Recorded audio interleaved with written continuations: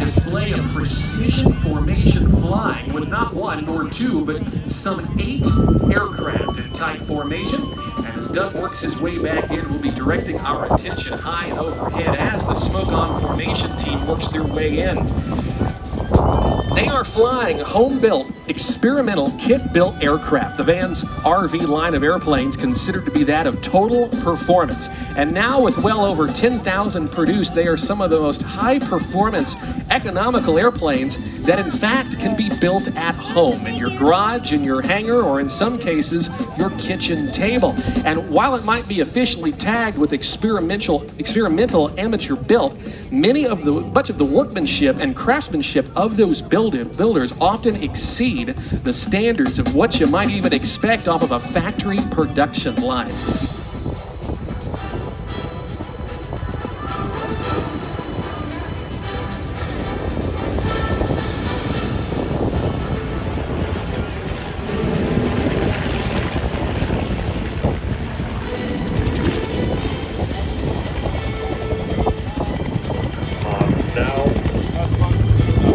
The smoke comes off as Whammo positions the formation once again. That airshow smoke that we're seeing today, in fact, made by injecting a paraffin-based oil into the exhaust system. It's there that it immediately vaporizes, brings the white smoke trail for us to follow. It's EPA approved, and the only thing that doesn't quite like it are the mosquitoes, and we're very much okay with that. Formation.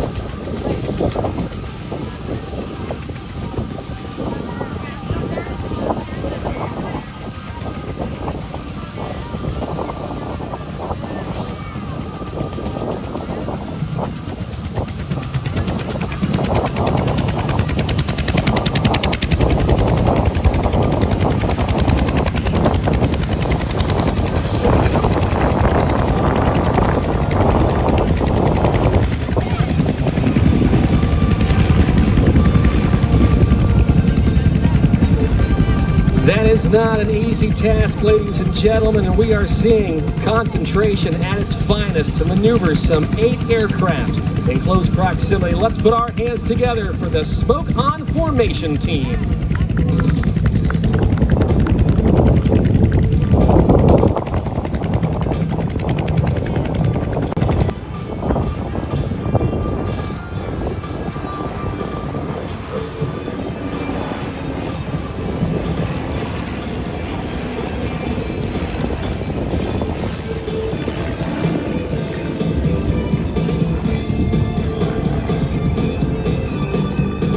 David Kix Schmitz is the co-founder of the Smoke on Formation team. He flies during the week for UPS based out of Louisville. He's been flying since he was 15 years old. Jeff Pee Wee Sherwood is another co-founder of the team. He's a manufacturing engineer and entrepreneur. He has over 400 hours of total flying experience. Kurt Rausch, call sign Gino, joins the team as well. He has over 19,000 total flying hours, beginning his aviation career back in 1974. Michael Gilbert, call sign Yips, is the mastermind behind the YouTube channel Yips in Formation.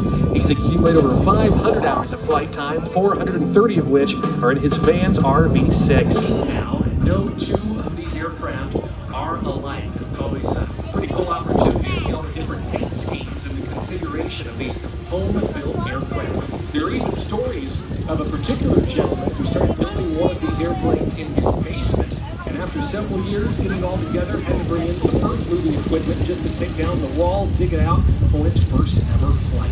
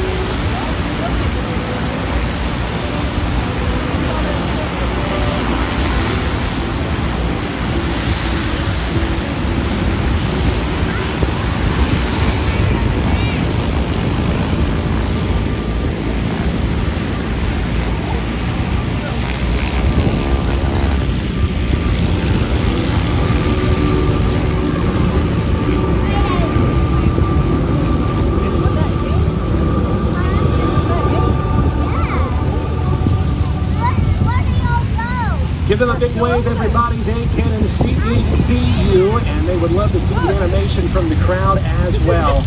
From Bowman Field, Louisville, Kentucky, it is the Smoke On Formation team.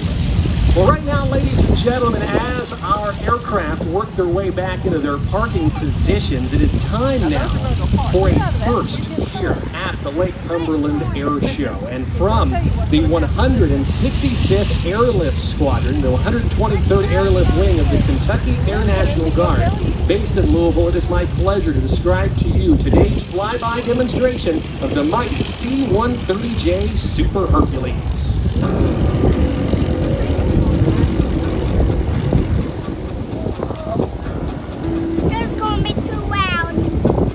The most successful Western-built military aircraft produced. It is one of the most prolific aircraft in all of aviation history. Ladies and gentlemen, here it is from your Kentucky Air National Guard, the C-130J.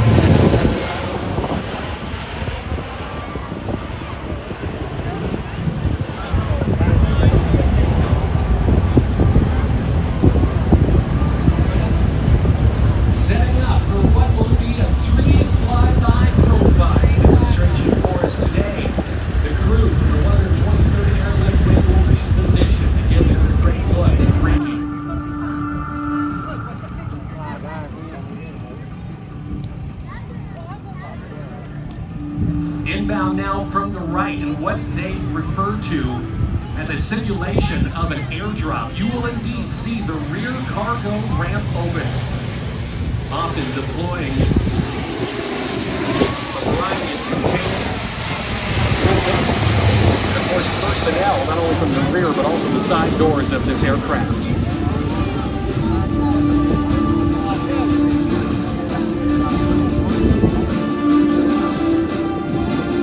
The C-130J, very versatile and can easily operate out of short or unapproved airstrips, including off of dirt, salt flats, and even ice.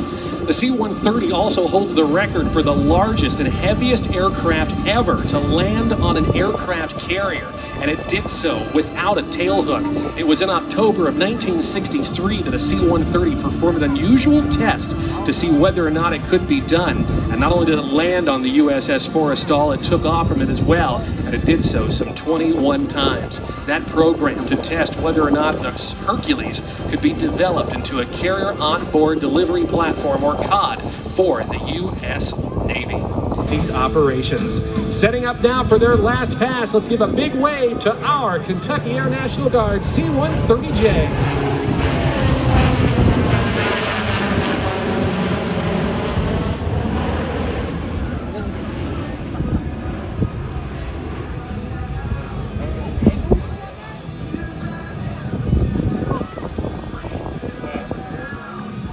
Checking in with our air boss, Sam Huffstetter. Call sign Flipper. The crew on board the aircraft today, call sign Derby 03. Have a little bit more time to spend with us today. Would you, ladies and gentlemen, like to see one more pass by the C-130? Let's make it happen. They have been cleared inbound in an aircraft that the pilots have maintained.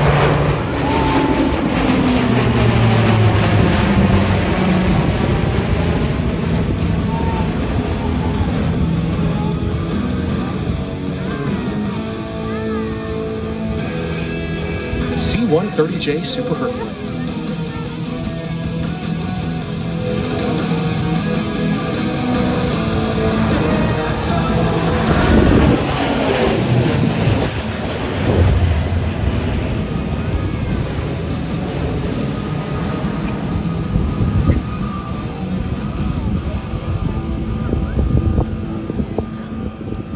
Gentlemen, Go Easy Aerobatics, along with Aerosport Power and Artcraft Paint, are proud to present Kyle Fowler in the Long Easy.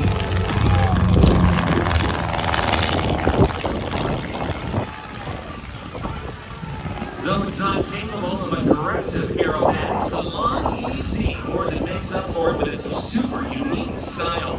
Its delta wing design and canard design is highly efficient and giving it an impressive range of over 1,000 nautical miles, cruising in over 200 miles. miles an hour. He brought it all the way from his home in Alberta, Canada, to be with us here on this day. Diving in now from the left to begin his aerobatic display in an aircraft not exactly intended to do so. We welcome Kyle Fowler in a display he likes to call Go Easy Robotics.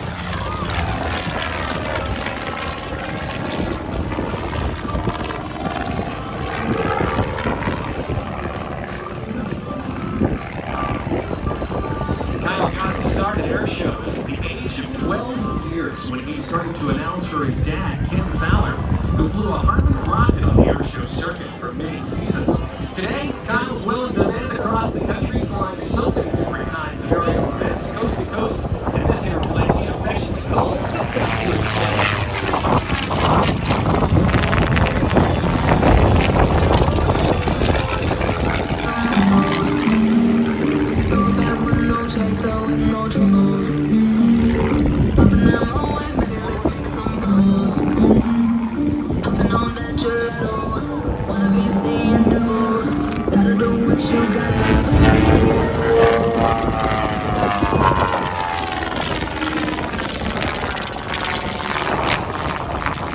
Leading now the big vertical mile-long North American air show circuit. It's nearly impossible to stop or spin this airplane, and that's one of the things that Mark Lieutenant set out to do with it. Another roll-off to air show left, and in just a moment, we are going to go live up to the cockpit and say hello to Kyle Fowler, high overhead the Lake Cumberland Regional Airport. Hello, Kyle. How do you copy? Hey, Luke, I got you 5x5. How's everybody doing in Lake Cumberland today? Make some noise so he can hear you. Hear that, partner? I absolutely do. Well, I got you on the radio. I want to say a big thank you to all the volunteers, and you and I both know that there's fallen cold for all the hard work that they do. Without them, we can't do what we do, and you know this part. I love what I do. You should do, especially if you often fly this airplane in excess of 1,000 nautical miles to air show. I see all of it over here. You're not familiar with that is.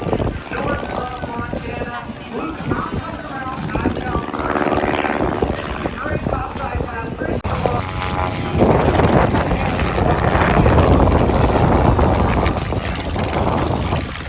I'm all done. I'm going to come around and land. Copy that. We'll see you back on the ground. Come on out, guys. Let's take it.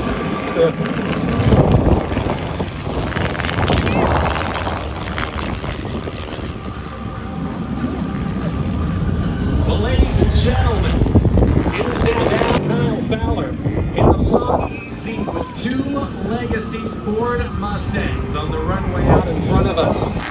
Driven today by that of Dave and Kyle Cummins, mechanics, pilots, and professional drivers of Don Franklin. We're going to witness some capabilities that the cars driven away from 0 to whatever speed they want out there. Kyle Fowler high overhead in the airplane working to taunt those Mustangs. Kyle, they're still working their way onto your turf. They're still down there. They just don't get it. Well, maybe we should settle this with a race, Luke. You want to, wait a minute, you want to do a what? You know, a race. That's what they're there for, right? I mean, that makes sense to me. You okay. Right, well, ladies and gentlemen, judged by your applause, who do you think? Do you think the cars are going to win? What do you think? They were like, Kyle. All right, well, judged by your round of applause, do you think that the airplane's going to win? All right, how about those ground-bound cars? Are they ready for this? Looks like they're set, ready to go. All right, I'll call the start. I'm getting in position. I can't land for this race, but I can give them a head start because that's only fair. Yeah, you just be careful. You get any lower, you're going to turn into a hood ornament. I don't think those cars can go fast enough. Good ornament. Well, it's all about to be over in a couple of seconds from now. Ladies and gentlemen, take a look to the right. All right, guys. Get ready. Set. Go.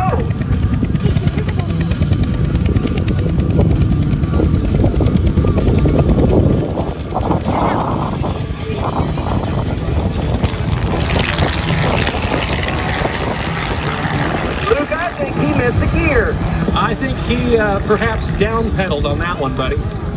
You know what, Luke? This is just for them guys. I saw that they're Ford. Now, I'm a mechanic in case everybody didn't know, but this one's for you guys. Ashes to ashes, dust to dust. If it weren't for Ford, my tools would rust.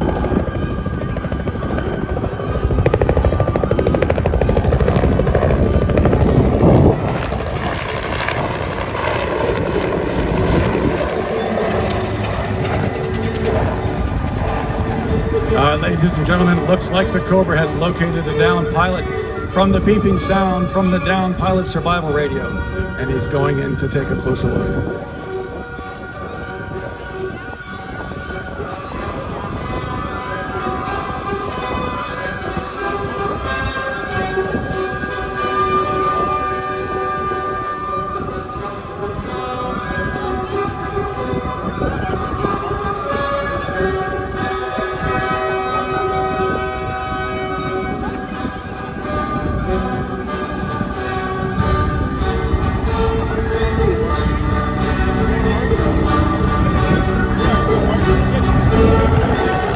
Now it looks like the Cobra is taking fire from the enemy near the downed crew member.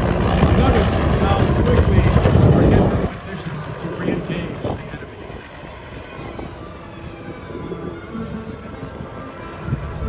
You want one? To protect him while the other aircraft comes in for the rescue.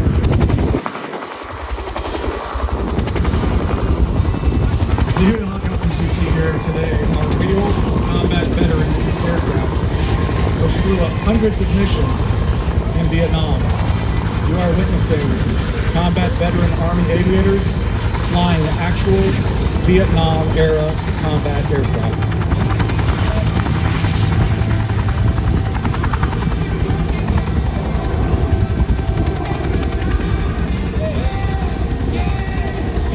After the Huey lands, the Quick Reaction Force commander will quickly locate the downed pilot and call for the evacuation. Now, many times in the Vietnam, there were no medevac birds available. Thus, you'd have standard air crew in the area of operation who heard the call and would go in to extract the personnel needing to be airlifted. Many of those air crews received glorious awards for their actions, such as this mission has demonstrated.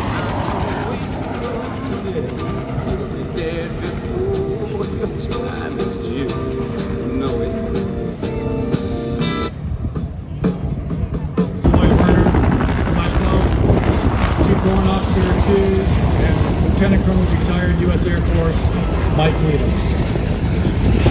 Vietnam changed the way our Army wages war. Air mobility worked, and it worked well. Army aviation is an integral part of today's Army. We are extremely proud of men and women who maintain and fly these aircraft. Army aviation has shown again and again that it's up to the task, that it stands ready to serve. Ladies and gentlemen, as our aircraft return to land, we invite you to stop by and take a ride in our combat veteran Hueys and Cobra helicopters. It is a once-in-a-lifetime opportunity for most folks to fly in these iconic aircraft. If you want to learn more about us and how you can support, visit our website, armyav.org. The Army Aviation Heritage Foundation, Sky Soldiers, thank you, and thank all of our country's military and veterans.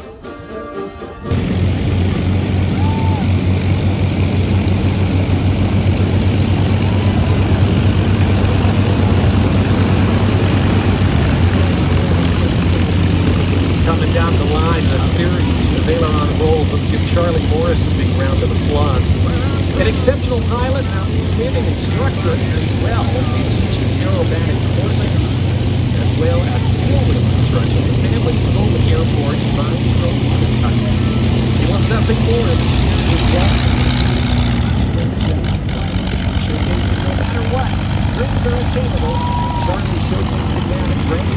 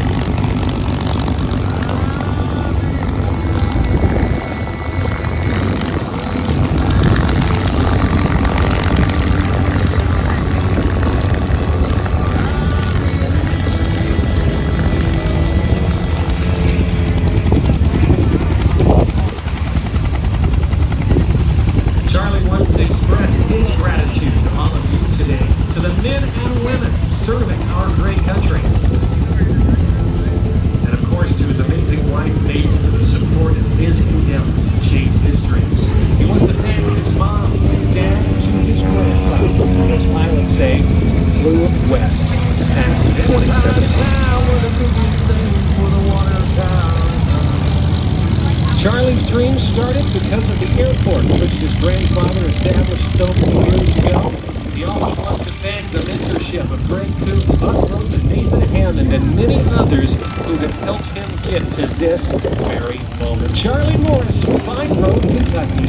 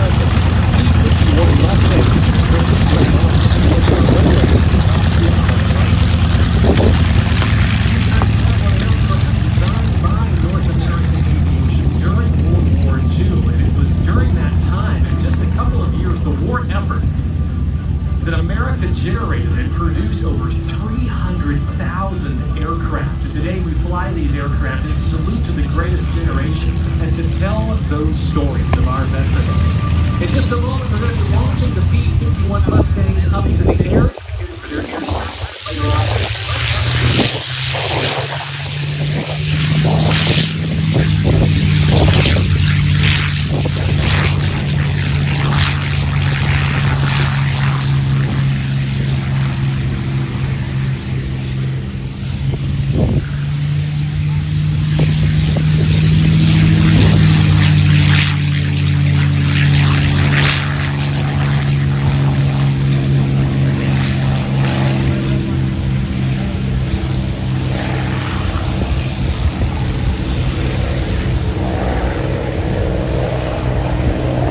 That's the sound of freedom circa 1944 as our Mustangs climb up to the perch to cool down just a little bit. Powered by the Rolls-Royce Merlin engine, V12, in just a little bit. We're going to be getting Charlie Morris recovered out there on the runway. I want you to watch him as he lands. This is something that he teaches as part of tailwheel instruction, as he actually keeps one tire up, continuing to fly the airplane all the way down to the ground, and that, of course, completing his routine for us here today. I want you to now take a look to the right as we bring to you the North American B-25 Mitchell bomber. About radial engines, and unlike the engines in our cars, well, there's a whole lot more power, and of course a whole lot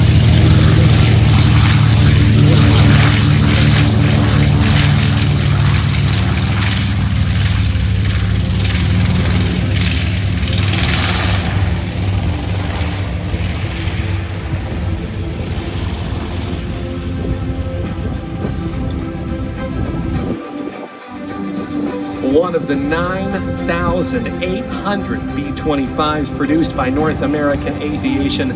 This was their first multi-engine bomber as we watch Champagne Gal climb to altitude from our left. After the attack on Pearl Harbor on December 7, 1941, President Roosevelt ordered the military to devise a plan to attack the Japanese home islands. And during the first few months of World War II, the news from the Pacific was just defeat after defeat after defeat. The morale of the American public was at its lowest point. Raining down from the bomb bay as the formation passed overhead.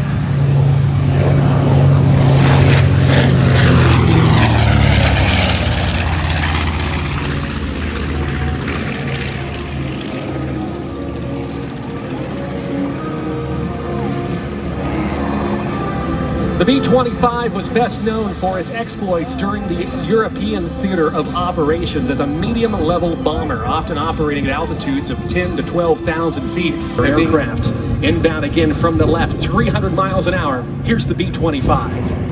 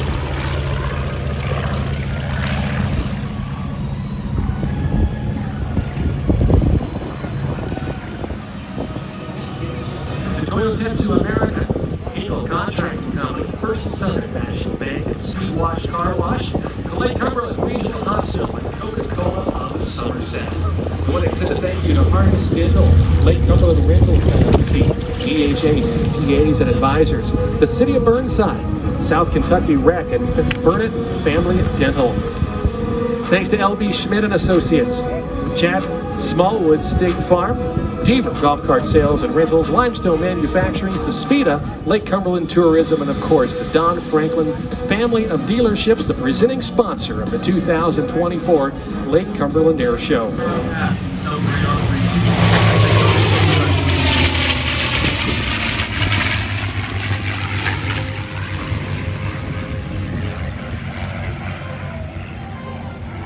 The aircraft are flown today to celebrate our freedoms of the fearless pilots and maintainers that helped protect their airworthiness in World War II. Swamp Fox, flown by R.T. Dixon of Concord, North Carolina, and High G, flown by Tom McCord of Indianapolis, Indiana.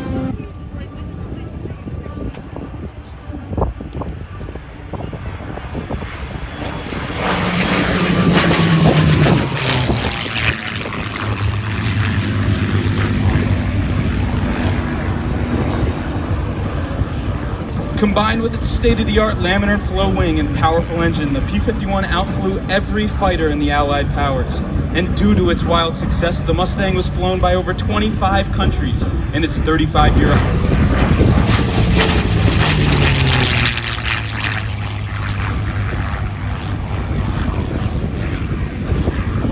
As performed just there, the laminar flow wing on the Mustang was a state-of-the-art design at the time, and allowed the aircraft to go faster than any other piston fighter at the time. Now in from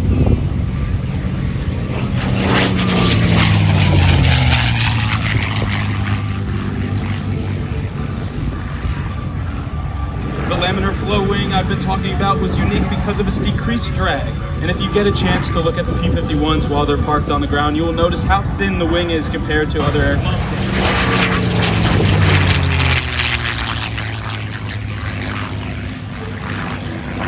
Swamp Fox, who is being flown by R.T. Dixon today, received its name because of Lieutenant Will Ford of the 357th Fighter.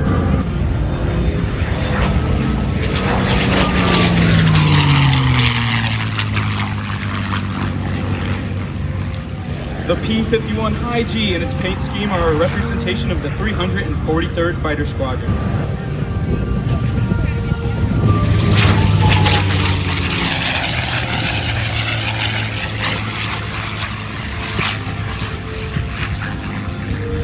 The P-51D Mustang was the aircraft of choice by the Tuskegee Airmen, who shot down around 200 aircraft and were specially requested.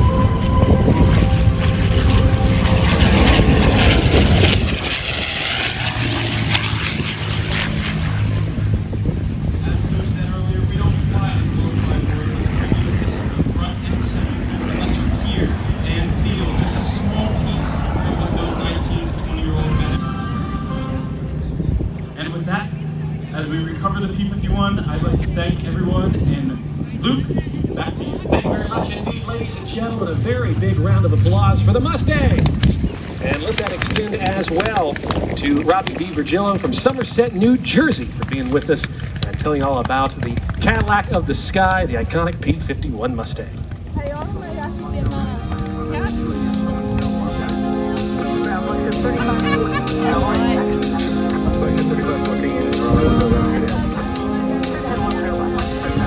Well, it is about that time that we turn things over to the Next Gen Eagles aerobatic team, making their debut season on the North American Airshow circuit this year and flying the brightly colored Christian. You to follow the exit instructions from our volunteers and be patient with that. It'll make for a much smoother exit as you make your way home at the conclusion of the Next Gen Eagles flight demonstration. Right now, the team completing their last pre-performance takeoff checks as our air boss, Sam Flipper Huffstetler from Yorktown, Virginia, ensures our runway is clear, our airspace is clear, and our assets are in position as we are just a few moments away from turning over every inch of this airport and airspace to the Next Gen Eagles.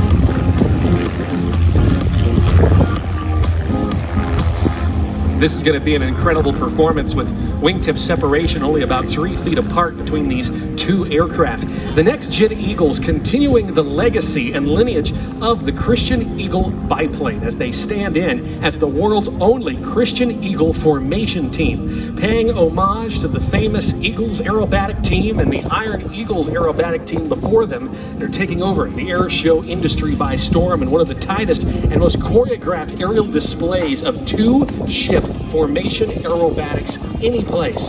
They have flown all the way from Central Texas to be with us today, and we are so thrilled to have them as part of the 2024 Lake Cumberland Airshow. Next, Gen Eagles go through their shakeout, a little bit of positive G, a little negative G, getting fully in tune with these iconic, colorful airplanes. And momentarily, we'll be smoke on the next Gen Eagles.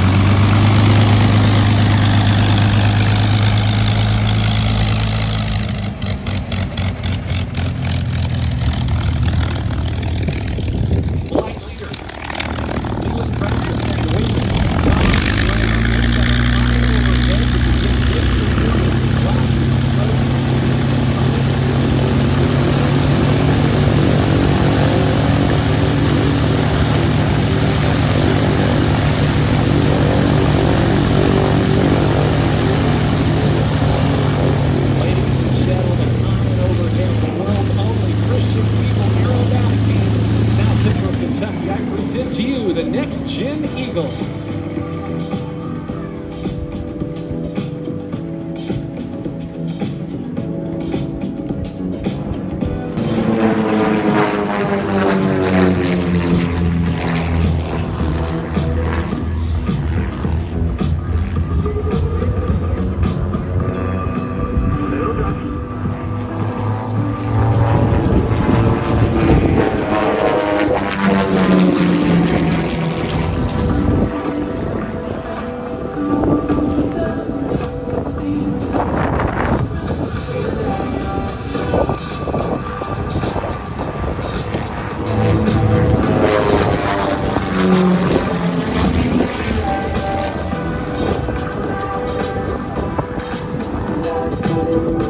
Completing the detail team flying virtual air shows, he's turned those dreams into reality with this, one of the most impressive two-ship formation teams on the circuit today.